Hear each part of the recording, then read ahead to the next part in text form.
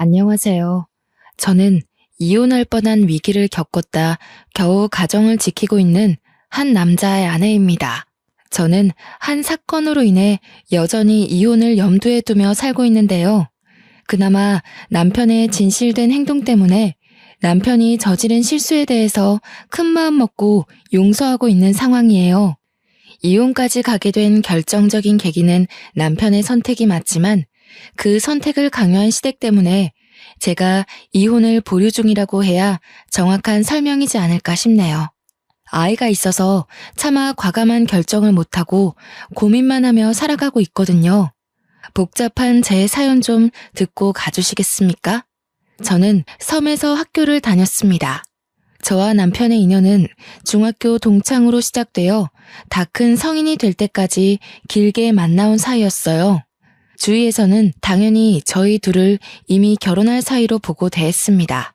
저희가 서로 사랑하는 마음에서 장기간 연애를 해온 것도 있지만 주위에서까지 그렇게 봐주니 남편 옆에는 내가, 제 옆에는 남편이 있는 게 더욱 당연한 존재가 되어버렸고 저희도 모르게 무언가를 시도하거나 구매할 때 등 서로를 당연하게 찾는 경우에 적응되어 갔죠.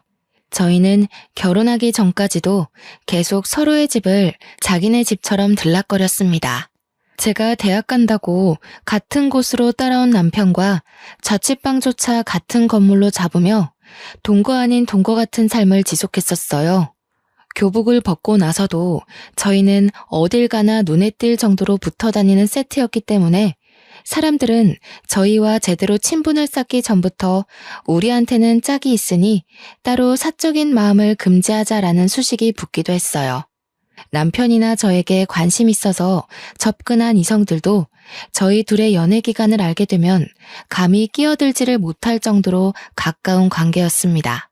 그렇게 내내 같은 울타리 내에서 생활하던 저희도 처음으로 서로 떨어져서 생활하게 되었던 시기가 있었는데요. 바로 대학을 졸업하고 취업했을 때였습니다. 근무지가 다르다 보니 어쩔 수가 없더군요. 하루 6시간 이상 얼굴 안 보고 떨어져 있어 본 적은 처음이었습니다. 저와 남편이 대학 때 전공이 달랐는데 그래도 본 건물은 같아서 팔 뻗으면 닿을 곳에 있었거든요. 그때는 딱히 전공이 다르다는 것도 못 느꼈을 정도로 중고등학교 때랑 크게 다른 생활은 없었어요. 그러나 근무지는 저희가 여태 지내왔던 것에 비해 거리가 좀 있었는데 자차로 20분 걸리는 정도의 거리였습니다. 잠깐 점심시간에 만나는 것도 애매한 시간이라 퇴근해야만 만날 수 있는 사정이 되어버린 거죠. 그렇다 하더라도 저희 둘은 따로 불안감이란 게 없었습니다. 저희는 예전부터 서로에 대한 신뢰가 높았고 또 퇴근하면 남편이 꼬박 저를 데리러 왔으니까요.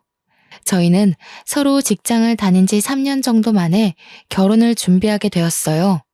혼수는 안 하기로 이미 저희가 결정해버린 일이라서 결혼하기 전에 집 한 채는 준비해서 시작하느라 시기가 좀 늦었습니다. 나이 30이 되고 나서야 결혼을 발표하게 되었는데 주변에서 저희더러 결혼할 줄 알았다며 드디어 하냐고 짐 빠지게 기다리고 있었다네요.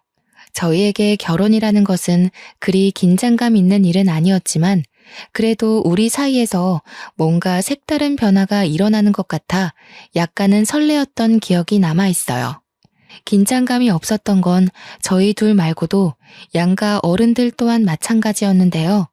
상견례 또한 그냥 동네 주민이 오랜만에 만나서 하는 수다 떠는 분위기로 진행이 되었습니다. 저랑 남편이 섬에서 만난 인연이잖아요. 당연히 양가 부모님들도 섬에서 알고 지냈던 사이일 수밖에 없지 않습니까? 상견례에선 거의 옛날 얘기나 요즘 근황 등을 묻는 시간으로 가득 보냈습니다. 가영이가 이렇게 많이 컸구나. 완전 아가씨가 다 됐네. 세월 참 빠르다. 섬에서 우리 성일이랑 같이 밥 먹으러 들락거렸던 때가 엊그제 같은데 왜 아니겠어요? 우리 집에도 성일이가 자주 와서 밥 먹고 가고 그랬었는데 그때 둘이 만난다는 얘기는 소문으로 들었지만 이렇게 길게 만나올 줄은 정말 상상도 못했네요. 근데 어째 성일이는 학교 다닐 때보다 더 큰 것 같다? 클 때 됐지요. 그때가 언젠데 아직도 중학생만 할까? 그래서 가영이 식구들은 그동안 어떻게 지내셨대요? 성일이가 통 말을 안 해줘서 사돈 될 사람들이 요즘 어떻게 지내고 계셨는지도 모르네요. 예나 지금이나 똑같죠 뭐. 먹고 살기 바쁘고 또 가영 아빠가 곧 퇴직이라 제가 이번에 아르바이트 하나를 구했거든요. 이제는 이보다 제가 집 나가는 날이 많지 않을까 싶어요. 성일이네는 횟집 장사 잘 되죠? 우리도 뭐 똑같지. 예전보다는 관광객들이 많아져서 매출이 오르긴 했는데 그것도 성수기 때나 그래. 이제 성수기도 다 갔고 그냥 뭐 문만 열어놓고 있어. 상견례 치고는 꽤 아수라장 시장통 같은 대화였던 걸로 기억합니다. 엄마는 시어머니랑 얘기하느라 바쁘고 아빠는 시아버지랑 퇴직 얘기로 근심을 나누고 저와 남편은 부모님들 대화 사이에서 추억을 회상하며 서로의 옛날 일을 놀리느라 재미를 봤죠. 상견례를 재밌다고 표현할 수 있는 며느리가 얼마나 될지는 모르겠지만 저는 그랬습니다. 시부모 될 사람들도 중학교 때부터 알고 지냈던지라 잘 보이고자 아부떨 만한 것이 크게 없었거든요. 모두가 이미 안면 튼 사이였기 때문에 저는 솔직히 다른 며느리들보다 편한 출발점에서 시작한다고 생각했어요. 그런데 역시 며느리란 존재는 시부모와 갈등이 생길 수밖에 없도록 만들어졌나 봅니다. 어디서 며느리 사랑은 시아버지라고 들은 적이 있는데 그것도 제게는 해당 사항이 없나 봅니다. 유리한 출발선에 섰다고 생각했더니 완전 거꾸로 주행하게 됐지 뭡니까? 상견례 때까지만 해도 분위기가 좋아서 잊고 있었던 사실이 하나 있는데요. 시댁에서 저와 남편의 연애 관계를 처음 알았을 때 저를 좀 못마땅해 했다고 들었습니다. 섬 동네라도 학부모 모임 때문에 어른들끼리 모이기도 하는데 거기서 선생님을 통해서 저희 관계가 동네방네 발설된 거였거든요. 남편이 저를 먼저 좋아했고 졸졸 따라다녀서 시작된 만남이었어요. 그 얘기를 듣고 시모가 자기 아들이 그랬을 리가 없다면서 부정을 했다고 엄마한테 들은 적이 있습니다. 엄마도 당시에는 시모가 은근히 부정하는 말에서 기분이 상했다고도 했어요. 저는 그리 특출나게 예쁜 것도 아니었고 공부도 평범했고 게다가 우리 집안 형편 또한 그냥 남들 하고 사는 만큼 정도였는데요. 그 말은 적당한 대출까지 있었다는 뜻입니다. 누구한테 내세울 만큼 자랑할 형편이 아니었다고 솔직하게 말씀드릴게요. 반면 남편 집안은 옛날부터 달랐어요. 남편은 섬에서 횟집을 하는 주인의 아들이었고 중학교 선생님들 사이에서도 유명했습니다. 장난삼아 불리는 별명이 돈 많은 장사집 도련님이었으니 말 다 한 거 아니겠습니까? 그 횟집이 인기 좋아서 제법 매상이 높은 가게였거든요. 작은 섬에서 횟집이라곤 그곳밖에 없으니 매상이 좋을 수밖에 없기도 했죠. 게다가 남편은 시댁집에서 아주 귀한 대접을 받는 3대 독자였어요. 그렇다 보니 시댁에서는 제가 자기 아들 짝으로 있기에 상대적으로 별 볼 일 없어 보였을 겁니다. 저같이 평범한 여자에게 주기 아까웠겠죠. 그래도 당시의 시모는 그저 중학생 애들이 호기심에 가볍게 만나보는 거 생각하고 그냥 내버려뒀던 것 같아요. 시댁이 우리가 생각보다 길게 만남을 이어오고 있다는 걸 아셨을 때는 바로 대학 때였는데요. 남편 자취방을 계약하다가 시모와 제가 마주치게 됨으로써 저희는 당시까지 쭉 연인 사이를 이어왔다고 밝혔습니다. 남편이 자기 가족한테 사생활을 알리는 타입이 아니라서 저와의 관계도 딱히 말씀드리지 않았나 봐요. 그때 시부모가 상당히 당황하는 모습을 보이셨던 걸로 기억합니다. 남들이 저희를 당연하게 생각하는 것처럼 시댁도 저희가 그만큼 길게 이어온 관계를 감히 손대지 못하고 결국 결혼을 수긍하는 쪽으로 체념한 게 아닌가 싶습니다. 어떤 모양으로 이루어졌건 저희 둘의 결혼은 방지턱 하나 없이 무난히 통과되었고요. 신혼여행을 다녀오고 나서 금방 일상으로 복귀를 했습니다. 결혼 전부터 서로의 집에 너무 들락날락했던지라 딱히 동거를 하게 되었다는 특별한 느낌 같은 건 따로 없었어요. 서로에게 그만큼 당연한 존재였으니까요. 그렇게 기혼녀가 된 지 2년 차를 넘겼을 때쯤이었습니다. 뱃속에는 아이가 자리 잡았는데요. 인생에서 정말 중요한 시점이라고 생각했던 때에 하필 남편이 일을 그만두고 시댁 횟집을 물려받겠다는 소리를 하지 뭡니까? 나도 자기만 두고 가는 거 걱정돼. 그렇지만 부모님 건강이 안 좋아지셔서 그렇다고 3대째 내려오는 횟집을 문 닫을 수는 없잖아. 부모님도 계속 내가 물려받길 원하시고. 그러니까 왜 하필 지금이야. 그럼 섬으로 들어간다는 얘기잖아. 자기가 거기서 살면 나랑 우리 아이는? 아빠가 버젓이 있는데 아빠 없는 것처럼 키우라고? 무슨 그런 소리를 해. 나도 자기랑 같이 가고 싶어서 고민 많이 해봤어. 그런데 섬에는 보건소밖에 없으니까 혹시라도 일 생기면 병원 가기가 불편하잖아. 아무리 생각해봐도 나만 들어가는 게 맞는 것 같더라고. 나 혼자서 애 키우라는 거네. 장사하면 휴일 내는 것도 어려울 텐데 올 수 있는 건 맞아?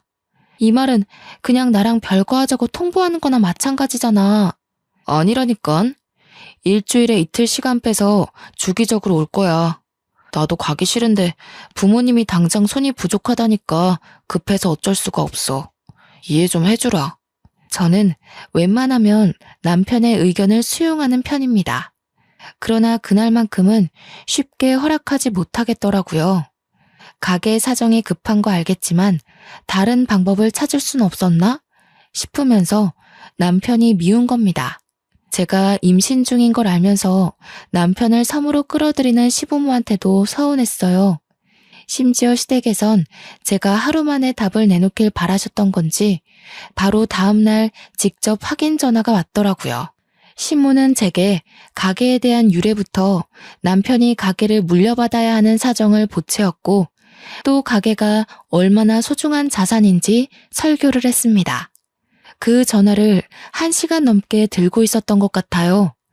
결국 저는 이 제안을 허락할 수밖에 없었죠. 시모의 생각이 옳아서라기보단 시모가 고집을 꺾을 생각이 없어 보였기 때문입니다. 시모 얘기를 듣다 보니 느낀 건데 어머님은 제게 의논을 하고자 연락을 한 것이 아니라 통보를 하기 위해서 연락을 해온 거더군요. 그래도 제 뱃속의 아이를 자신의 손주라고 생각하긴 했나 봅니다. 남편이 섬으로 들어가는 대신 기간은 제가 출산을 하고 나서로 합의 봐줬어요. 남편이 아니었다면 서러워서 출산 과정에 우울증이 왔을지도 모르겠네요. 남편은 미안함 때문인지 저를 극진히도 보살펴 주었습니다. 원래도 배려가 많은 사람이긴 했다만 떠나기 전까지 유난히 제게 맞춰주고 어르고 달래주었죠. 덕분에 제법 안정된 마음으로 무사히 출산을 할 수 있게 되었습니다. 그리고 남편은 떠나버렸어요. 미혼일 때는 다른 근무지에서 일하더라도 하루 한 번 꼭 만났던 사이였는데 이렇게 장기간 떨어져 있어 보는 건 또 처음이었습니다.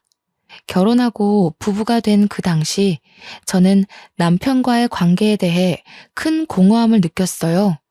생활비는 남편이 꼬박 보내줘서 제가 육아휴직 들어갔더라도 경제 부분에선 문제되는 게 없었습니다. 그래도 남편이 하루에 한 번은 꼭 영상통화를 걸어줬어요. 시모 말대로 장사가 제법 바쁜가 보더라고요. 아이를 보는 남편의 얼굴이 갈수록 수척해지는 듯 했습니다. 많이 힘들어? 자기 갈수록 얼굴이 안 좋아지는 것 같아. 간지 1달밖에 안 됐는데 왜 이렇게 살이 빠졌어? 밥은 제대로 챙겨 먹고 있는 거야? 그럼 잘 챙겨 먹고 있어. 바빠서 그렇지 뭐. 그래도 우리 보물이 보니까 힘이 난다. 보물아, 아빠가 돈 많이 벌어서 좋은 거 많이 해줄게. 건강하게만 자라줘. 보물이는 제 아이의 태명입니다.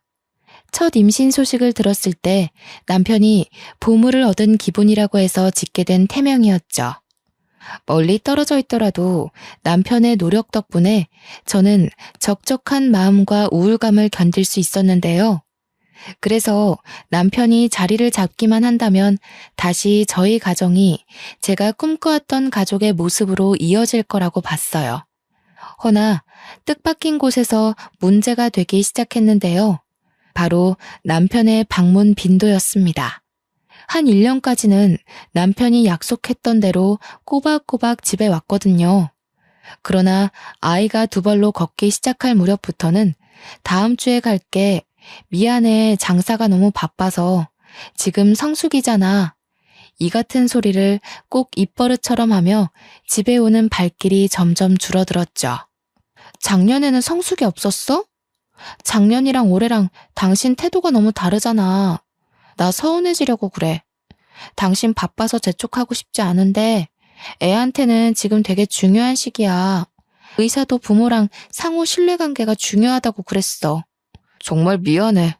나도 최대한 시간 빼서 가보려고 하는데 부모님만 두고 일 빼기엔 그만한 여유가 안 돼. 자기가 이해 좀 해줘. 우리 태욱이 키우려면 돈 많이 모아야 되니까. 벌써 2달째야. 이러다 얼굴 까먹겠네. 태욱이가 아빠 있는지도 모르고 크겠어. 다음 주에는 꼭 오는 거지? 나 저녁거리 사놓고 기다린다. 오, 알겠어. 다음 주에는 꼭 가. 미안해. 내가 내일 또 연락할게. 바빠서 끊어야겠다. 엄마가 또 부르네. 그렇게 다음 주가 되었으나 남편은 오지 않았습니다. 2-3번은 바빠서 그렇다고 100번 양보해 줄 수 있었지만 당시에는 3달째 넘어가는 날짜였어요. 더 이상은 바빠서라는 이유만으로 눈 감아주는 게 어렵더라고요.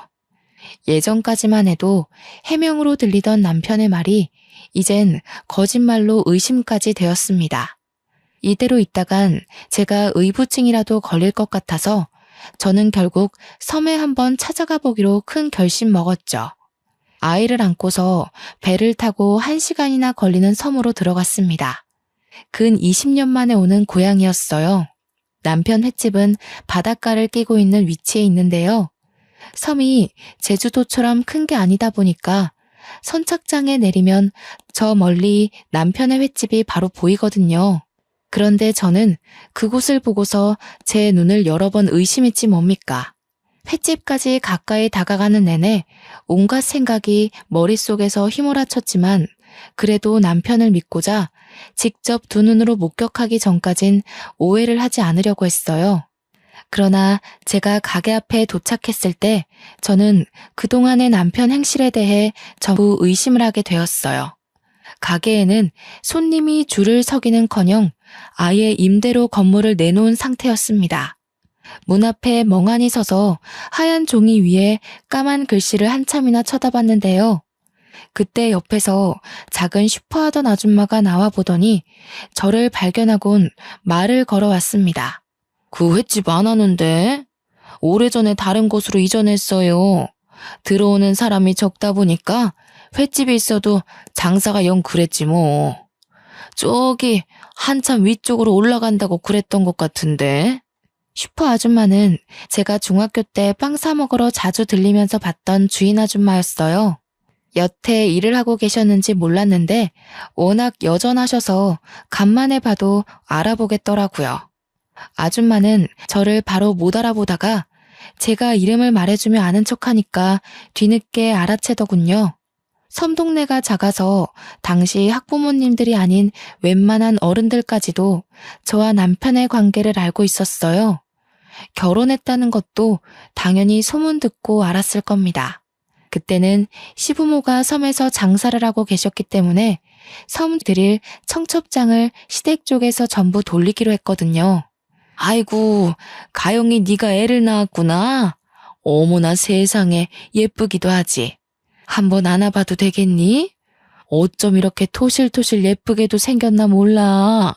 저도 아줌마가 반가웠던지라 흔쾌히 아이를 넘겼고 잠깐 제 사정을 뒤로한 채 한참이나 아줌마의 근황을 여쭙고 대화를 나눴습니다.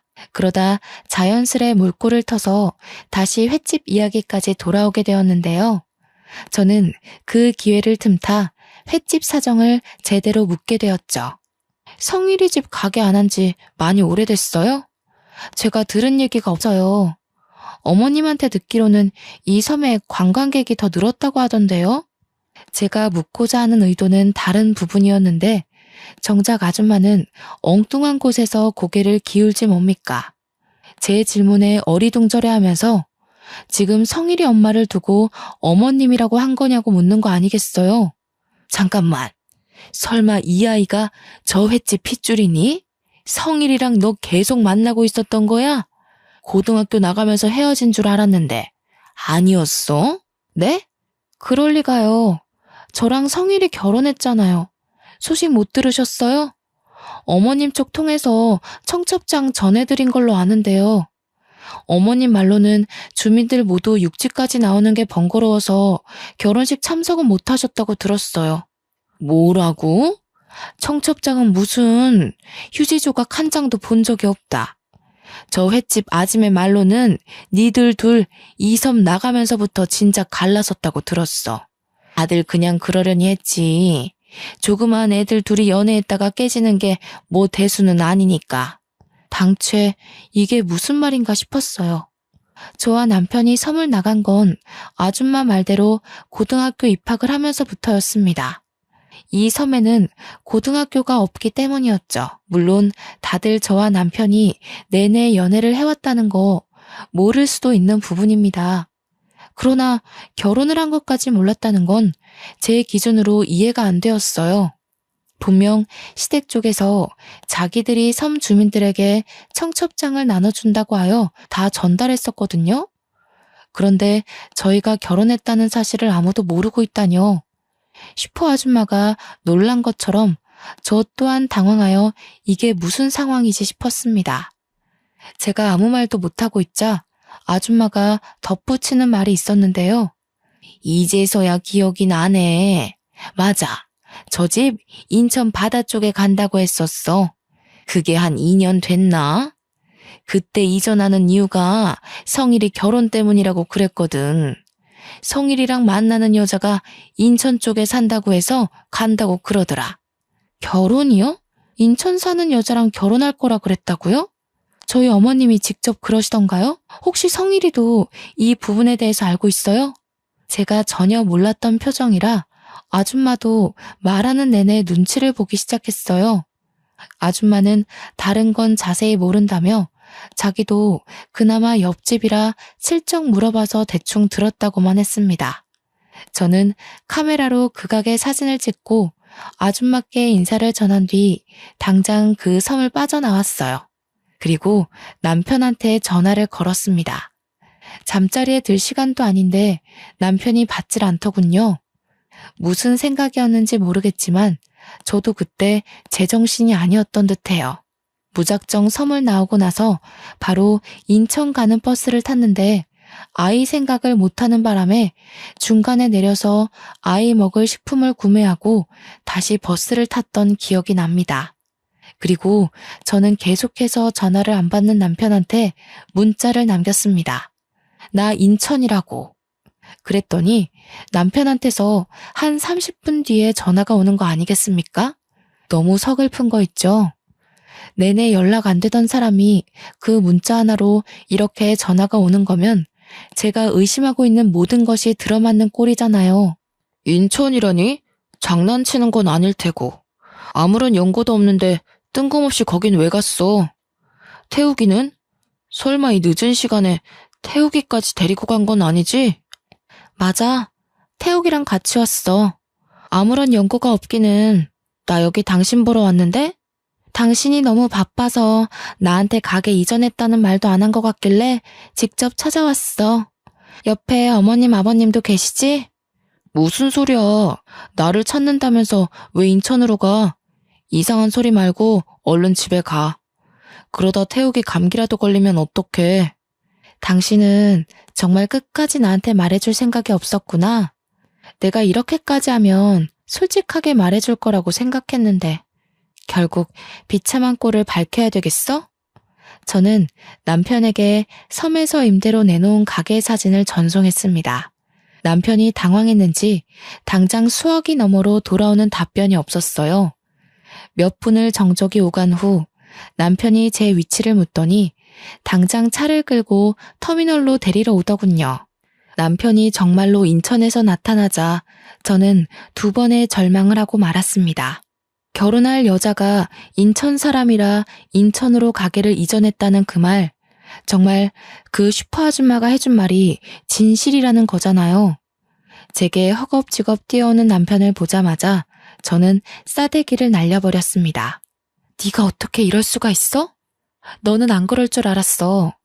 20년을 만났는데 내가 아는 너는 다른 남자랑 다를 줄 알았다고. 결국 너도 바람이었니? 언제부터였어? 어머님이 내가 마음에 안 드니까 기어코 새 며느리라도 들이신 거야? 아니 가영아, 내 말 좀 들어봐. 오해야. 네가 어디서 뭘 들었는지 모르겠는데 다 오해야. 내가 설명할 테니까 우선 차에 타자. 너 추워서 얼굴도 빨개졌네. 태우기도 이러다 감기 걸려. 가증스러워. 오해는 무슨 오해? 네가 인천에 있으면서도 나한테 입 뻥긋 안 한 것 자체부터가 다 진실이잖아. 내가 어디까지 확인해야 모든 걸 말해줄래? 정말 갈 때까지 가보자는 거야? 가영아, 네가 오해할 만하다는 거 알아. 그렇지만 정말 오해가 맞아. 일단 여기서 이러지 말고 추우니까 방부터 잡자. 네가 묻는 거 하나도 빠짐없이 다 말해줄게. 이혼해. 너랑 만나온 기간이 아깝다고, 내 아이 아빠 없는 자식으로 클지 모른다고 해서 지옥이 불보듯 뻔한 이 길을 가고 싶지 않아. 나 벌써부터 지치거든? 그만 조용히 갈라서자. 뭐라고? 무슨 이혼이야. 우리가 왜 이혼을 해? 네가 생각하는 그런 거 아니라니까. 그래, 네가 내 말 들을 준비가 안 된 것 같으니까 그냥 보여줄게. 갈 때까지 가야만 네 소가리가 풀린다면 내가 그렇게 해줄 테니까 가게 가보자. 남편은 오히려 적반하장으로 나왔습니다. 아니긴 뭐가 아니라는 건지 왜 저보다 더 억울해하는지 모르겠네요. 그러면서 남편은 여기서 그만하고 갈라서기엔 억울해 미치겠으니 제가 납득할 수 있도록 다 보여주겠다는 겁니다. 그때만 해도 저는 남편에게 서운한 감정밖에 없었습니다. 이미 들통나버린 거 차라리 무릎 꿇고 싹싹 빌기라도 할 것이지 끝까지 변명만 하는 모습에 정말 실망하고 말았죠. 갈 때까지 가보자는 남편의 완강한 의사 표현 때문에 저도 인천까지 온 김에 시부모의 뻔뻔한 해명이라도 들어봐야겠다고 생각했어요. 그렇게 고민하다가 결국 저는 남편을 따라 인천 바다 쪽으로 향했죠. 그곳엔 정말 시댁에서 운영 중인 횟집이 있었고 입구 앞까지 다가가자 입구 쪽 카운터에 웬 배부른 여자 하나가 있었습니다. 그 여자는 카운터에서 계산을 도맡고 있었어요. 그 순간 든 생각이 뭔 줄 아세요? 저 여자 뱃속의 아이가 제 남편과 관련이 있을 것만 같더라고요. 뻔한 현실을 마주하기가 덜컥 두려웠던 저는 더 들어가지 못하고 품에 안은 아기만 꼭 안으며 멈춰섰습니다. 그랬더니 남편이 제 아들을 대신 안아주면서 저를 붙잡고 다시 가게 안으로 인도를 해주었죠. 시모는 제가 손님인 줄 알고 인사를 하다가도 저인 걸 확인하자마자 들고 있던 물병 쟁반을 놓쳤어요. 몇 없는 손님들이 놀라서 시선이 집중되더군요. 가영이 네가 여기로 어떻게... 성일이 이 자식이 네가 기어코 며느리를 끌고 온 거냐? 엄마가 상황 정리될 때까지 기다리라고 했지? 어머님, 저를 앞에 두고도 그런 말씀을 하시는 거세요? 어머님께서 어떻게 이러실 수가 있어요. 제가 그렇게 마음에 안 드셨으면 진작에 이 결혼 반대하셨어야죠. 조용히 못해? 어디 남의 장사집에 와서 행패니? 남들 보기에 불성사납다. 장사 끝나고 얘기하게 저기 뒷방에 들어가 있어라. 미진아, 너도 오늘은 그만하고 퇴근해봐. 애 건강에 안 좋을라. 아니에요, 어머님. 곧 마감인걸요. 저는 괜찮으니까 마감까지 마치고 갈게요. 그런데 성일 오빠, 정말 오빠가 데려온 거예요? 왜요? 미진이 너가 신경 쓸 일 아니다. 미안하구나. 괜히 이런 정신없는 상황 겪게 해서. 오늘은 좀 일찍 마감하는 게 좋겠다. 이 이후로 손님 받지 말거라. 시모는 제게 별다른 해명을 시도조차 하지 않았습니다. 카운터에 있던 상간녀도 제가 직접 찾아오니 꽤 놀란 눈치였어요. 설마 싶었는데 정말 제 남편이랑 관련 있는 여자인가 보더라고요. 상간녀가 남편에게 많이 의지한 듯한 말투로 묻는데 남편은 그 여자를 거들떠도 안 봤습니다. 제 앞이라 표정 관리하는 거겠죠. 그 모습마저 어처구니가 없어서 남편이 더 꼴보기 싫더라고요. 그래서 남편 품에 있는 제 아들을 빼앗듯 데려왔습니다. 당신이 어떻게 살고 있었는지 충분히 알겠어. 고작 이런 거 보여주려고 그렇게 억울해했니? 도대체 내가 이 상황에서 이혼 말고 할 수 있는 게 뭐라고 생각하는데? 끝까지 들어줘. 이왕 이렇게 된 거 당신이 좀 놀라더라도 난 오히려 잘 됐다고 봐. 나도 피해자고 내가 여전히 사랑하는 여자는 너야. 엄마가 멋대로 인공수정시킨 저 여자애 해결하느라 널 신경 못 썼어. 여기까지 오게 해서 미안해. 이건 저도 못 들은 말이라서 놀랐습니다. 그 뒤로도 남편이 하는 말들은 가히 충격적이었는데요. 남편 집에 먼 팔촌되는 친척에서 며느리로 들어왔다는 여자가 있었는데 그 여자의 남편이 난임이라 아이 갖기 어려웠대요. 그래서 제 남편한테 정자기증을 원했다는 겁니다. 저와 남편은 혹시 몰라서 20대 때 나란히 정자와 난자를 냉동 보관했었어요. 당연히 가족들의 동의를 구하고서 진행했던 일이라 식구들 모두 그 사실을 알고 있었죠. 그걸 기억하고 있던 시모가 남편한테 그 냉동 정자를 달라고 했다는 거 아니겠어요?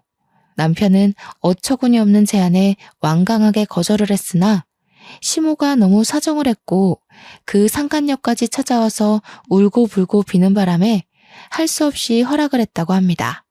시모가 왜 그렇게 그 팔촌 며느리에게 신경을 썼냐 하면 며느리 집안이 또한 장사꾼 집안이라고 하더군요. 시댁과 똑같이 횟집을 하는 곳이래요. 이미 인천에서 자리매김하고 있는 가게라서 매출이 시댁보다 월등하다고 들었습니다. 정자 기증을 너무 사정하며 빌길래 남편은 허락하는 대신에 그걸 빌미로 절대 문제되지 않게 해달라고 당부했다고 해요. 그런데 상간녀가 자기 남편이랑 잘못되면서부터 제 남편한테 찾아와 매달리는 실정이라고 되었다고 하네요. 뱃속의 아이가 제 남편의 씨니까 남편과 살겠다고 살림을 차릴 작정으로 온 것이죠. 그 일의 시작이 바로 제가 임신을 했을 때였어요. 남편이 갑자기 섬에 들어가겠다고 했었잖아요. 그때부터 시댁에서 남편을 달달 볶은 것 같더라고요. 혹시라도 이 얘기가 제 귀에 들어갈까봐 남편 혼자 해결하려고 했다는데 제가 여기서 남편의 말까지 의심하기엔 들어맞는 상황이 너무 많았어요. 시끄럽다. 네가 생각 없이 결혼만 안 했어도 이 사단까진 안 났을 거 아니냐. 다 듣기 싫으니까 뒷방 들어가던지 서울까지 태워다 주고 오던지 네가 알아서 해라. 태우개미한테도 내가 별다른 할 말은 없다. 솔직히 우리는 장사에 도움되는 며느리가 필요해. 네가 소송을 하더라도 위자료 얼마든지 내줄 테니 내 아들 앞길은 그만 막거라. 엄마, 무슨 말을 그렇게 심하게 해. 으로 판 벌어지게 안 한다고 약속했잖아. 가영이한테 피해가는 일 없게 하는 조건으로 내가 여기 붙어 있는 거야. 이제 와서 이러면 나도 더 이상 합의 안 봐. 합의 안 보면 이미 미진이 뱃속에는 네 아이가 살아 숨쉬고 있어. 저 가여운 애를 아빠 없는 자식으로 만들 셈이니? 그놈의 애정 타령은 어릴 때나 했던 걸로 충분하다. 누가 네 미래에 도움될 배우자인지 똑똑히 생각해. 못 들어주겠네요. 듣기 거북해서 더는 이 자리에 있고 싶지도 않아요. 제 눈에는 둘 다 용서할 수 없는 건 똑같거든요. 그걸 달라고 사정하는 어머님이나 달라고 한다고 끝내 허락해준 신이나 똑같아. 뭐야? 조조 말하는 꼬락서니 좀 봐라. 젊은 여자 입에서 저런 망측한 소리가 나오니 애가 뭘 보고 배우겠어? 며느리라는 것이 시애미한테 눈 부릅뜨고 쌍심지나 켜고 집안이 못나면 성품이라도 바람직해야지. 이제야 하는 소리지만 내 아들이 1000배 만배 아깝다. 듣고 있던 남편은 저를 막아서며 직접 시모한테 호통을 쳤습니다.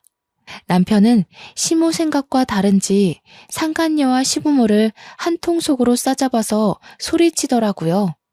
특히 상간녀를 무척 대놓고 하찮은 취급하는데 이게 제 앞이라 연기하는 느낌은 아니었어요. 아무리 바람피지 않은 척을 한다지만 상대 여자한테 이렇게까지 모욕을 줄 수 있나 싶을 정도로 상간녀를 내려까고 있었습니다. 나는 더 이상 모르는 일로 할 거야. 여태 해결될 거라 보고 좋게 설득하려 했는데 가영이가 알아버린 이상 나도 이판사판 없어. 저 여자가 품은 아이? 그거 내 아이라 생각하지 않아. 저 여자 내쫓지 않으면 저 여자가 낳은 아이까지 망하게 하는 꼴 내가 보여줄게. 어머머, 너 지금 그게 무슨 말이니? 어떻게 네 아내 될 사람한테 그런 막말을 해? 엄마가 널 어떻게 키웠는데? 넌 이 집의 3대 독자야. 내 귀한 자식을 저런 별 볼 일 없는 집에 넘겨줘야 하는 부모 입장은 생각도 안 해봤니? 어머님, 저를 인정 못하겠다고 하셨나요? 어머님이 이런 몰상식한 짓을 벌이고도 얼마나 잘 지낼 수 있을지 두고 볼게요. 제가 두 눈 뜨고 있는 이상 어머님은 영영 죗값 치르셔야 될 겁니다. 어머님께서도 별 볼 일 없어지면 다신 그런 소리 못하겠죠. 그날 거기서 저는 거의 끝을 보는 수준으로 시댁과 다퉜습니다. 이미 남편과의 이혼을 마음먹었고 다시는 시댁이 저와 제 친정을 무시하지 못하도록 단단히 망가뜨려버리겠다고 복수심을 키웠어요. 시모가 저를 버릇없다고 나무라던 와중에 눈치 없이 끼어든 상간녀는 갑자기 자기 배를 잡고 쓰러지는 거 아니겠습니까? 그 계산적인 행동에 시모랑 주방에 있던 시부까지 상간녀한테 달려들어 119를 부르고 난리가 났습니다. 그 난장판인 와중에 상간녀와 눈이 마주쳤는데 그 순간 상간녀가 저를 쏘아보던 눈을 아직도 잊을 수가 없어요. 제가 본 눈빛 중 가장 표독스러운 시선이었거든요. 상간녀가 기가 막힌 연기를 하며 실려갈 때까지도 남편은 제 옆에서 꼼짝도 안 하고 있었는데요. 그저 우리 아들이 오니까 달래주기만 할 뿐이었습니다. 오히려 제가 남편의 눈치를 좀 봤었네요. 성일아, 뭐하니? 네가 보호자로서 같이 가줘야 될 거 아니야. 미진이 죽는다. 얼른 뛰어오지 못해? 그 여자 그러는 거 한두 번이야. 그리고 데려온 사람이 보호자여야지 누굴 떠밀어. 나는 가영이 데리고 서울 갈 테니까 다신 그 여자 일에 나 끼워넣지 마. 그 여자랑 혼인관계도 아니고 가영이가 소송한다면 흔쾌히 도울 거야. 엄마 아빠가 저지른 일 나한테 떠넘기지 말고 알아서들 처리해. 듣고 보니 남편이 제게 억울하다고 했던 그 마음이 진심이더군요. 상간녀를 따라 병원을 간 사람은 결국 시모였고 손님 때문에 자리를 뜨지 못한 시부만이 다시 가게 안으로 들어왔습니다. 그런데 화가 난 채로 들어온 시부가 다짜고짜 남편의 싸다구를 때리는 게 아닙니까? 무책임한 놈. 내가 널 이렇게 키운 거니까 천벌을 받아 마땅하지. 어차피 천벌 같은 거 훈육이라 생각하고 몇 대 더 맞아라. 손님들도 와서 시부를 말릴 정도로 시부는 남편에게 손찌검을 서슴지 않았습니다. 저는 안고 있던 아이를 내려놓고 급하게 남편을 막아섰죠. 왜 이러세요, 아버님? 아버님도 그러시는 거 아니에요. 법으로 따진다면 아버님 지금 범죄자세요. 그렇게 아낀다는 아들까지 손수 그렇게 만드신 거라고요. 뭐가 떳떳해서 자식한테 손찌검을 하세요? 제가 이혼해주길 원하셨어요? 네, 소송해드릴게요. 그 결과를 모르고 버린 일은 아닐 테니까요. 시부가 억누른 감정을 못 참고 제게도 손찌검을 하려는 걸 손님들 덕분에 차마 닫지 못하고 있었는데요. 그때 남편이 그대로 시부를 밀어버렸습니다. 남편의 힘에 시부 옆에 붙어있던 손님들까지 휘청거리며 넘어졌고요. 그러더니 남편은 저더러 무슨 이혼이냐고 자기는 절대 이혼할 수 없다면서 저한테 사정하기 시작하더라고요. 자기가 정자기증을 허락하는 바람에 이사단이 났지만 이혼만큼은 못한다고 나 없이 못 산다고 싹싹 비는데 제 마음이 줏대 없이 흔들리지 뭡니까? 그럼 당신 부모님이랑 연 끊을 수 있어? 나는 이제 당신 부모님 모시고 살 생각 추호도 없어. 그런데 당신이 부모님과의 연을 못 놓겠다면 난 당신 보고 못 살아. 차라리 당신이랑 좋았던 기억만 가지고 평생을 그리워하는 편이 나아. 저는 나름 최후의 수단이라고 생각하며 말했는데 남편은 눈물까지 보이면서 제게 넙죽 엎드렸습니다. 그러면서 당장 시부모와 연 끊을 수 있다고 자신도 이번 기회에 부모님께 많이 실망했다고 하더군요. 남편이 3대 독자이기 때문에 집에서 굉장히 중요한 존재인데 남편의 그런 발언은 듣고 있던 시부의 분노를 다시 돋우기에 충분했습니다. 제정신이냐? 고작 저런 여자 때문에 감히 천륜을 끊으려고 해? 해도 될 소리가 있고 안 될 소리가 있는 거야. 어디서 정신 빼고 그런 소리를 해? 나도 내 주체적으로 살 거야.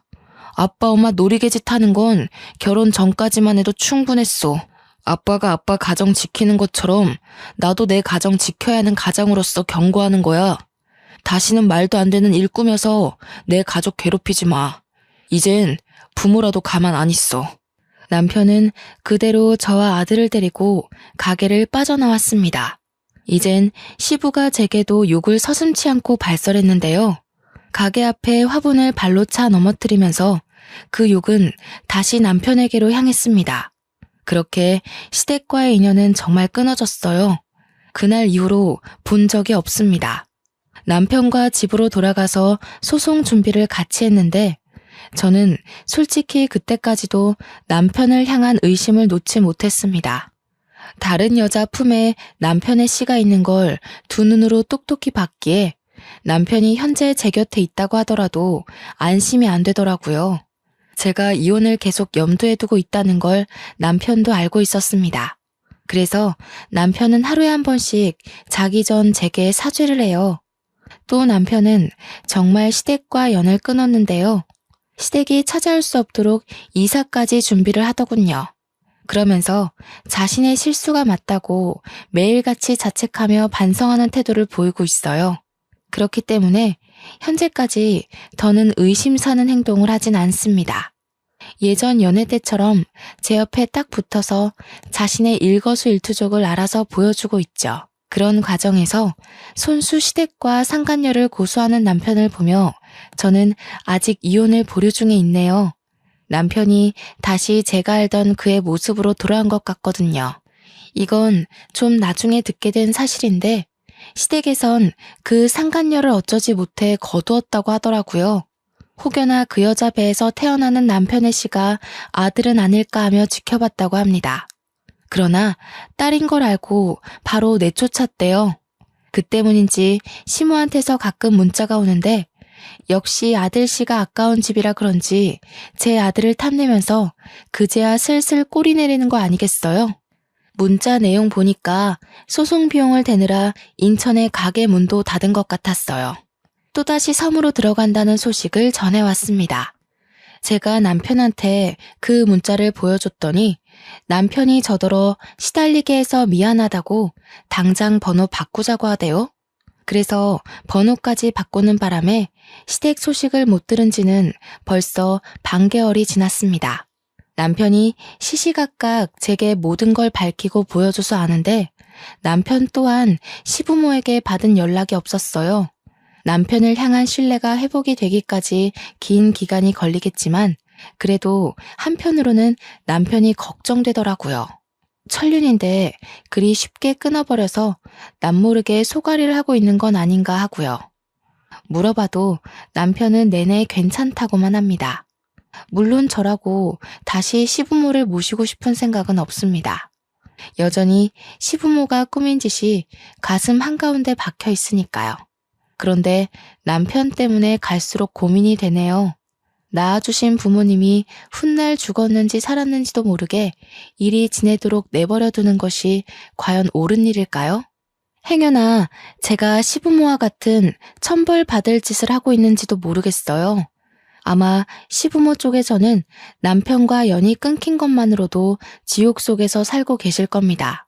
그 기간을 얼마나 두고 보게 될지는 모르겠지만 남편 하는 걸 봐서 미래에 대해 계속 고민해봐야 될 것 같네요. 그래서 현재는 이사 온 집에 적응하느라 과거 일에 대한 상처를 꽤나 빨리 회복 중에 있습니다. 남편은 여전히 제게 잘하고 있고 제 아들에게도 훌륭한 아빠 역할을 해내고 있어요. 횟집을 그만뒀기 때문에 다른 일을 알아봐야 하는데 남편이 하는 말이 집에서 보고 배운 비법으로 매장 하나를 차릴 계획이라고 하더군요.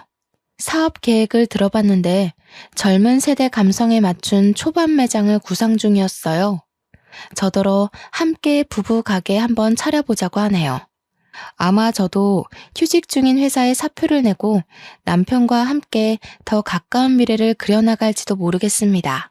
언젠가는 남편과 시댁과의 관계에 대해서 좀 더 명확하게 정의 내릴 날이 오겠지만 그 전까지는 굳이 들춰서 서로한테 상처되지 않도록 외면하고 있을까 합니다. 저를 위해 과감한 선택을 한 남편한테도 정신적 지지를 많이 해줘야겠어요. 그때의 일이 정말 어쩔 수 없었다는 남편의 진심을 차차 이해해가고 있거든요. 다 남편의 한결같은 마음과 노력 때문이 아닌가 싶습니다. 제 사연은 이렇게 마무리가 됩니다. 들어보니 어떠셨나 궁금하네요. 살면서 이런 기괴한 일을 꾸미는 시모가 또 어딨나, 과연 있기나 할까 그것도 묻고 싶고요. 부디 이런 불행한 일은 저 하나로 족한 세상이었으면 좋겠습니다. 남의 불행을 사주하는 것이 얼마나 가슴 아픈지 겪어보니까 너무 별로더라고요. 다들 건강하고 웃음 많은 가정에서 지냈으면 싶어요. 그만 인사드려야겠네요. 제 사연 들어주셔서 감사합니다. 모두가 무탈한 한 해를 보낼 수 있도록 진심으로 기원합니다.